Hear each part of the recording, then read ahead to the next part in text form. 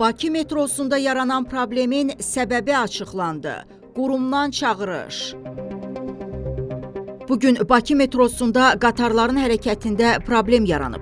Bunu reporta açıqlamasında Bakı Metropoliteni Qapalı Səhmdar Cəmiyyətinin İctimaiyyətlə Əlaqələr Şöbəsinin rəisi Bəxtiyar Məmmədov bildirib. Onun sözlərinə görə metroda Dərnəgül Nizami istiqaməti xüsusi sahə sayılır. Nizami və inşaatçılar stansiyalarının arasında maililik var. Sentyabrın 15-dən intervalları azalda bilmişik. Buna görə də sərnişinlərə hüdud xəttini keçməmək, qapıları saxlamamaqla bağlı müntəzəm müraciətlər edirik. Çünki intervallar azaldıldıqdan sonra hər saniyə belə xüsusi əhəmiyyət kəsb eləyir. Hazırki problemin kökü 20 yanvar stansiyasındadır. İndi sərnişin axınının, sıxlığın tənzimlənməsi üçün işlər görülür.